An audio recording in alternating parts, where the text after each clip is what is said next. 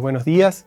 Tenemos la visita en la Universidad de Quilmes de una referencia internacional de la improvisación y especialmente con medios electroacústicos, lo cual es una experiencia muy linda para transitar tanto las carreras de composición con medios electroacústicos como las diferentes carreras de la Escuela Universitaria de Artes. Estamos sentados aquí hoy con Wade Matthews, que está en el contexto de una gira latinoamericana que viene haciendo y presentando un libro del cual vamos a estar conversando en breve. Buen día, Wade. Muchas gracias. Buenos días. Muchas gracias por estar hoy acá.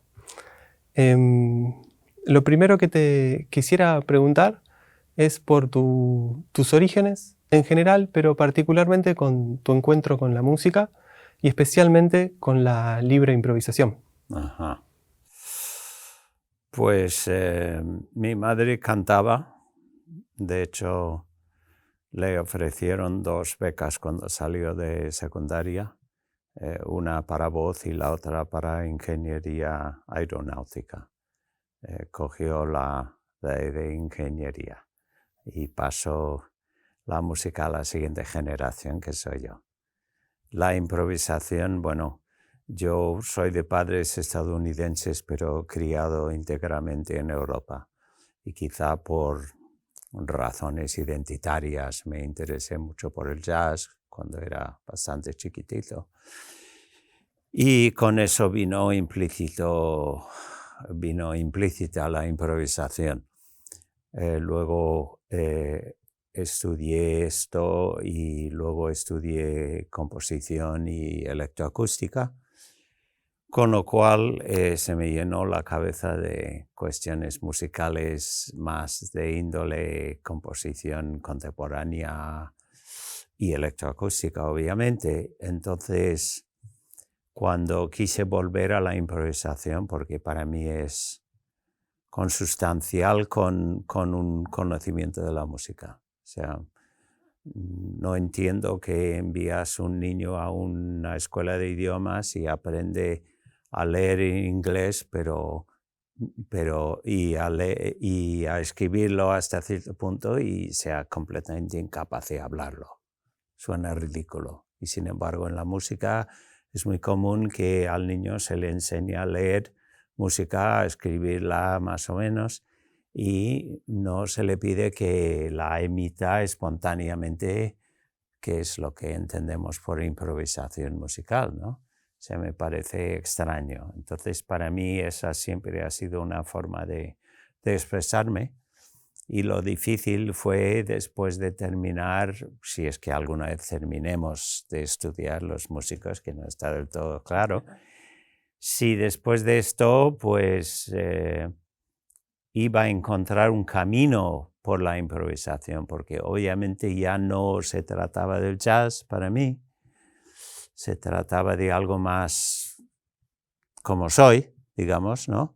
Y entonces, cuando volví a vivir en Europa, terminado el doctorado, pues me encontré con una escena internacional de libre improvisación que ya conjugaba conceptos y técnicas, ideas, valores de la composición contemporánea con esa espontaneidad y el binomio de responsabilidad y libertad que caracterizan a la libre improvisación. Y ahí que me metí y sigo ahí.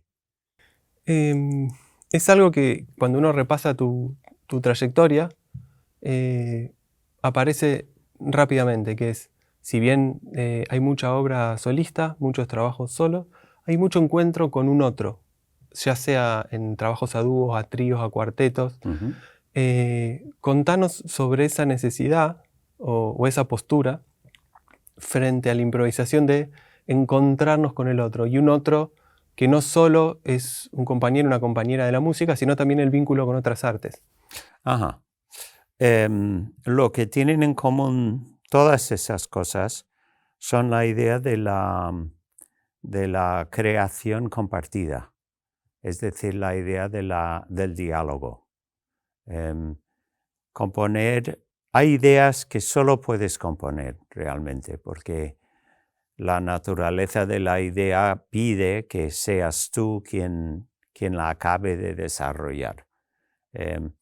Hay otras muchas que tienen más un poco un aspecto de brainstorming, es decir, que unos pocos creadores musicales se juntan y empiezan a dialogar, y las ideas van donde colectivamente sean capaces de llevarlas. Y cada uno está contribuyendo con su propia creatividad y sus propias ideas y su propia personalidad, ¿no? Hay algo que emerge, y un poco después lo voy a retomar cuando por ahí charlemos del libro, es la idea de la escucha. Sí. La escucha inmersa dentro de la improvisación y el silencio. Vos hablas del silencio que se toca en un sentido como el instrumento, ¿no? El silencio se toca y la escucha. ¿Cómo ves esto dentro del marco de una improvisación? Es común pensar que el silencio es o bien lo que pasa cuando no tocas, o bien lo que haces para poder escuchar. Ambas son verdades, pero son poca parte de la verdad global, digamos. Porque en primer lugar, si dejas de tocar, hay un silencio. Ese es un silencio pasivo.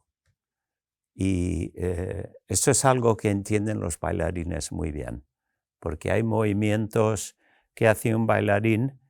O sea, esto puede ser quietud y esto puede ser quietud, pero esto es una quietud de tensión. Sí. Esto es una quietud de reposo. Ajá. Entonces, hay silencios que ocurren porque no haces nada, pero hay silencios que tocas, que haces un silencio con la misma intención, la misma claridad de intención que haces un sonido. Entonces eso tiene una función en el lenguaje, en el discurrir musical, muy distinta a la del completo relajo, ¿no? Y la idea de que el silencio lo haces para escuchar, no es que no sea verdad, pero vamos a ver, es que cuando tocas no escuchas, es que tienes que callarte para escuchar, no vas a tocar nada bien, y desde luego no considera una conversación. La base de la conversación no es lo que dice la gente, es cómo escucha. Si yo no hago el más mínimo caso a lo que me estás preguntando, ¿qué posible relación puede haber entre mi respuesta y lo que me preguntas? Es fundamental, ¿no? Algo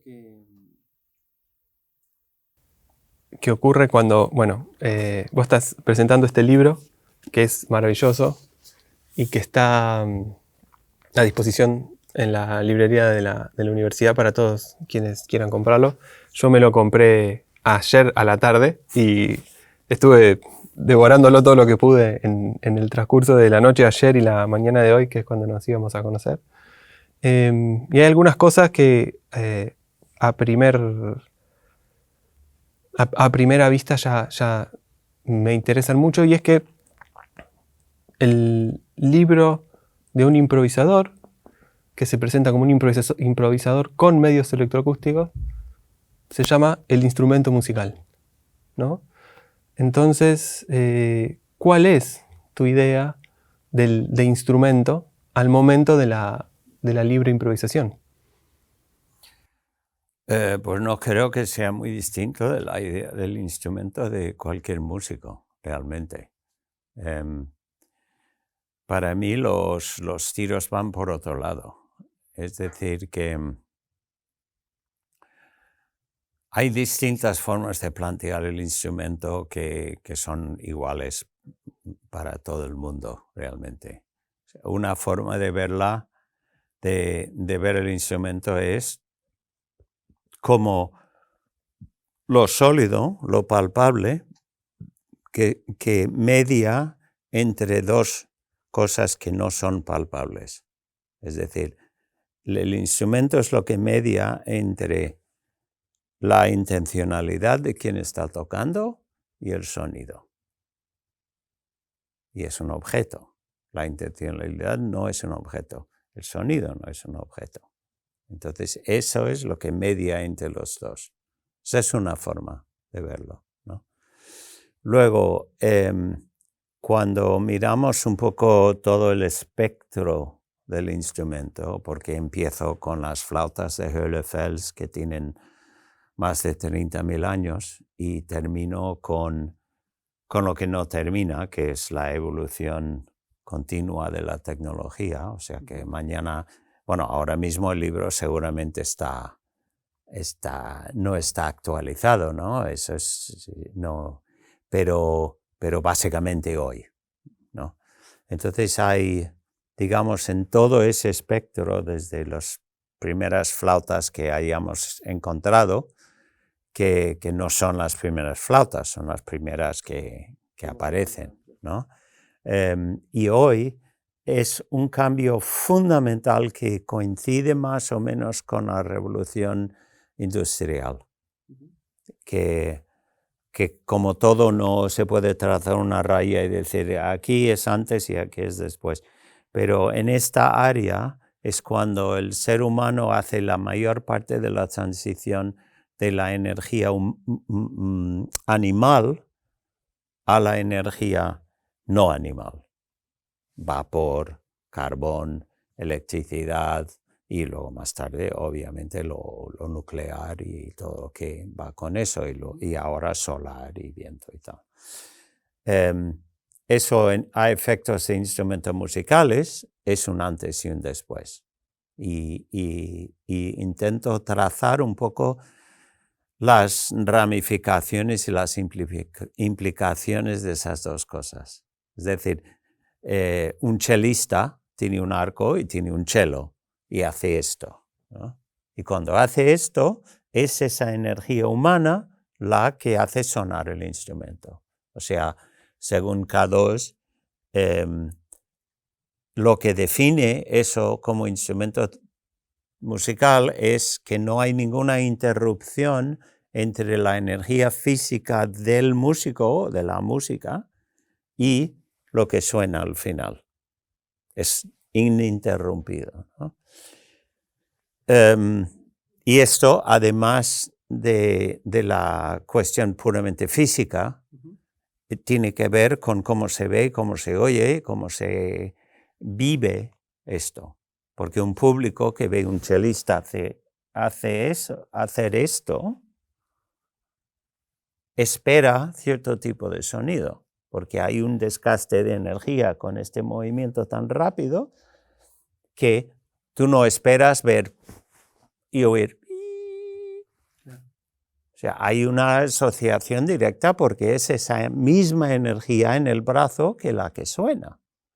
En cambio, después de la revolución industrial, tienes instrumentos que yo puedo hacer esto y producir cualquier resultado que quiera, porque lo que está haciendo sonar el instrumento es la electricidad, no es mi dedo. Mi dedo provoca el sonido, pero la energía sonora que viene del movimiento eléctrico es eléctrica, ¿no? Entonces, no tiene por qué haber ninguna relación con cuánta fuerza meto en ese golpe de dedo y el resultado que produce. Y esto también obviamente afecta cómo la gente ve ese sonido y cómo lee mis intenciones como músico. Porque ya no puede hacer esa directa relación entre la energía corporal y la energía sonora, ¿no? Esa problemática que es inherente a los medios electroacústicos y que Denis Smalley, cuando habla de espectromorfología, nos dice al escuchar el elemento electroacústico, nuestro oído reconstruye el movimiento en el mundo real que le dio energía o busca herramientas allí para decodificarlo. Aquello de que si escuchamos algo que se parece a unas piedras, lo vamos a asociar con las piedras más allá de que sean piedras efectivamente. Esta idea que está planteada en el libro del desacoplamiento sonoro entre el accionar del instrumento y la diferencia con el instrumento acústico real, ¿cómo, en tu experiencia tocando con músicos de todo el mundo, cómo sentís esa interacción al momento de la improvisación? ¿Sentís que eso afecta de alguna forma la interacción entre los dos músicos? Me imagino que afectará. Lo que ocurre es que el término electroacústico, que al principio se refería a la tecnología, porque en esa época la única música electrónica era electroacústica, ahora también tiene una carga estética. De hecho, no sé aquí, pero por lo menos en España, cuando se dice música electrónica, se está refiriendo a algo que tenga un pulso, que sea un chunda, chunda, chunda, ¿no? En cambio, cuando se refiere a la electroacústica, se está refiriendo a un lenguaje normalmente más abstracto, ¿no? Pues, entonces, muchas veces la dificultad interactuando con otros músicos es que no saben dónde colocarse con relación a la electroacústica.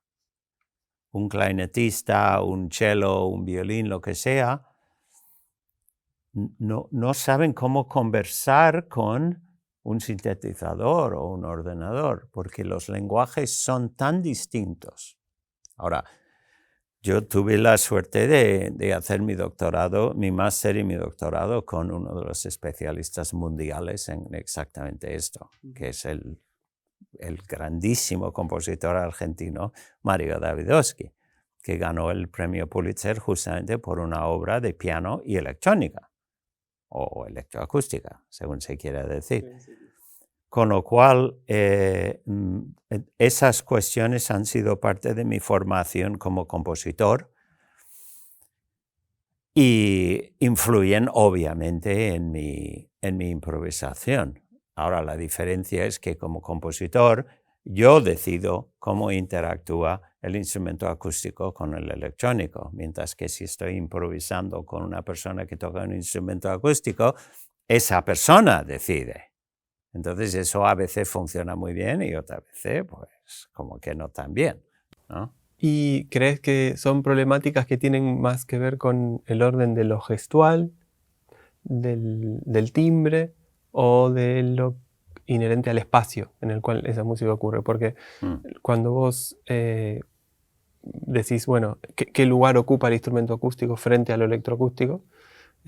Hay algo que tiene que ver con el orden del espacio, de dónde están emplazados esos materiales, que al momento de la libre improvisación uno tiene que elegir un lugar para ponerse. Digo, uno en el sentido del instrumento acústico, y me parece que esa tensión también es propia de los dispositivos electroacústicos.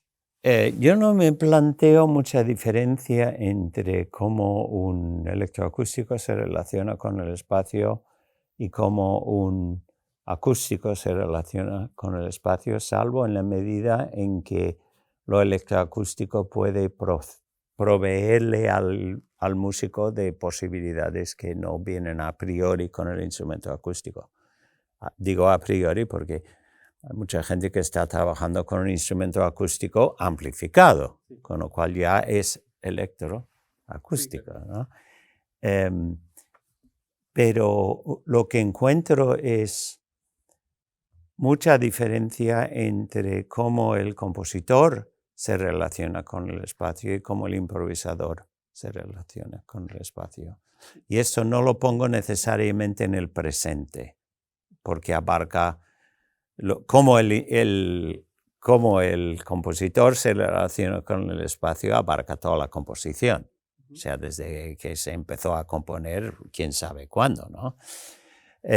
Pero por poner un ejemplo muy sencillo, tienes una sala que tiene unas características X acústicas, tiene mucha resonancia o poca, es un poco más brillante o un poco más oscuro, o lo que sea. Entonces llega un cuarteto de cuerdas para dar un concierto y dicen, ¡wow! La acústica es terrible, ¿no? Y claro, llega unos improvisadores y hacen beat, bla, bla, bla, bla. Ok, ¿no? La diferencia que el cuarteto ha venido con su repertorio ya ensayado, ya compuesto. No tienen algo de libertad, quizá más de lo que uno podría imaginarse, pero no tienen mucha libertad para ajustar lo que van a tocar a las realidades del espacio, porque la compuso Beethoven en 1850. ¿No? No, murió en el 27, ¿verdad? 1827. Pues entonces, pongamos que los Rasumovsky se compondrían que en 1820, por ahí, ¿no? Entonces vienen con su composición hecha y descubren que no funciona en esta sala. Claro, los improvisadores vienen y dicen, ¿cómo es esto? Ok, aquí podemos trabajar así o asá. Hay mucha resonancia, con lo cual, si hacemos notas cortas, la misma resonancia las juntará, ¿no? Como la Klangfarbenmelodie de Webern. Y si hacemos cosas muy largas, pues crearemos una atmósfera determinada debido a la resonancia, ¿no? Porque tienen esa libertad, pueden decidir qué van a hacer en ese espacio. Y eso sí que me parece muy distinto el uno del otro, pero no tanto porque tengan o no medios electroacústicos. Wade, bueno, es un enorme placer tenerte en la Universidad Nacional de Quilmes. Vamos a disfrutar hoy de una clase magistral y un concierto. Estoy en lo personal, pero también en lo institucional, muy contento de poder vivir esto. Te agradezco muchísimo y la verdad que me quedaría hablando un montón, pero bueno, por ahora vamos a dejar acá. Tenemos el resto del día. Tenemos el resto del día. Muchas gracias. Un placer. Sí,